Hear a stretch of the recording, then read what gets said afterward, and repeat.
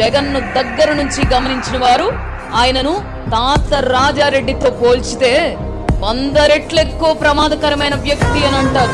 Jaganmohan Reddy very very దివంగత Balagopal, professor Haragopal ఒక సందర్భంలో రాజశేఖర రెడ్డిని కలిశారు.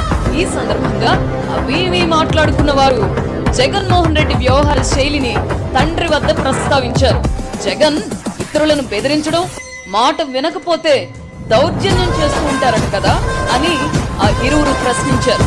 దానికి రాజశేఖర రెడ్డి బదిలిస్తూ, మా వాడిలో పౌర హక్కుల నాయకుడు ఉన్నాడు, అందుకే తప్పు చేసిన వారిని ప్రశ్నిస్తాడు, తప్పు సరిదిద్దుకొని వారిని నక్సలైట్ గా మారి దండిస్తాడు అని గడసరి సమాధానం ఇచ్చారట.